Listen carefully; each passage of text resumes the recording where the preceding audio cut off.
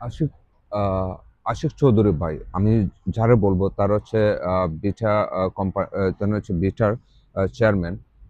যেহেতু bitter chairman এবং হচ্ছে তার হচ্ছে সমেত 2025-এর যে মানে প্রেজেন্টেশন দিছে এবং হচ্ছে যে ওয়ার্ল্ডের যারা ইনভেস্টমেন্ট আছে তাদেরকে যেভাবে রিকোয়ারমেন্ট ফুলফাপ এবং হচ্ছে বাংলাদেশের যে ভবিষ্যৎ মনে হচ্ছে যে পরিকল্পনা কিংবা হচ্ছে 10 ইয়ার্স এর পরে মানে বাংলাদেশ কোথায় জায়গা দাঁড়াবে এবং হচ্ছে কি করবে না করবে, এটার যে একটা মনে হচ্ছে একটা কাঠামো, একটা হচ্ছে ডেমো এবং হচ্ছে প্রেজেন্টেশন করা এবং হচ্ছে বাইরেদের কিভাবে মনে হয় যে ইমপ্রেস করা, এটা আসলে এত একটা সহজ বিষয় না। যদি আপনারা যদি মনে হয় যে সহজ বিষয় জানিয়ে থাকেন, তাহলে একটা জিনিস আমি বলবো যে এটার জন্য জিনিয়াস এবং হচ্ছে ইন্টেলিজেন্ট লাগে। আর জিনিয়াস ইন্টেলিজেন্ট দেখে ডক্টর মোহাম্মদ ইউনূস মনে করছে মানে তারা কল দিয়ে আনাইছে, ঠিক আছে। তো সে কিন্তু সিঙ্গাপুরে ছিল এবং হচ্ছে বিভিন্ন তার হচ্ছে প্রিভিয়াস যদি এক্সপিরিয়েন্স দেন তাহলে মারাত্মক লেভেলের বাই।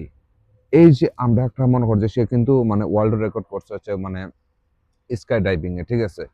এই যে মারাত্মক লেভেলে এইসব হচ্ছে রত্ন আমাদের দেশের ভবিষ্যৎ এবং হচ্ছে উজ্জ্বল করে হচ্ছে এইসব রত্ন। আমি মনে করি ডক্টর ইউনূসের পরে যদি মানে এখন ফোকাসে আছে হচ্ছে আশিক চৌধুরী, কিংবা তার যে প্রেজেন্টেশনটা দেখতে পারতেছেন, এটা কিন্তু মানে ওয়ার্ল্ড ওয়াইড একটা প্রেজেন্টেশন। এটা জাস্ট বাংলাদেশের জন্য এটা প্রেজেন্টেশন না। আমি ওই মনে করতেছেন যে অনেকে ভাববেন যে বাংলাদেশের মতো একটা প্রেজেন্টেশন এটা তো আমি দিতে পারবো, ভাই এতটা ইজি না।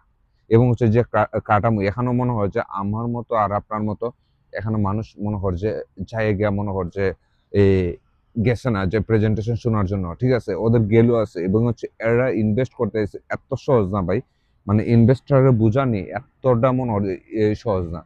এরা কিসের জন্য আসছে, তারা ইনভেস্ট করবে, বাংলাদেশে ডেভেলপ হবে এবং হচ্ছে তারাও ডেভেলপ হবে, ঠিক আছে। কিন্তু বাংলাদেশের এখন আমাদের ডেভেলপ হওয়া বেশি অংশ মনে হয় যে দরকার। যখন যত বেশি প্রোডাক্ট হইব নিজের দেশে, যত বেশি কোম্পানি হবে, তখন কর্মী কিংবা হচ্ছে বিভিন্ন ধরনের মনে হচ্ছে যারাই আছে তারাই মনে হয় যে ভালো একটা আহ দেশ ডেভেলপ এবং হচ্ছে ভালো পজিশনে যাবে, এটাই ভাই। এছাড়া আর কোনো কিছু আমি মনে হয় যে দেখি না। তবে হ্যাঁ, আশিক চৌধুরী ভাই, আমি তাকে অনেক সম্মান করি।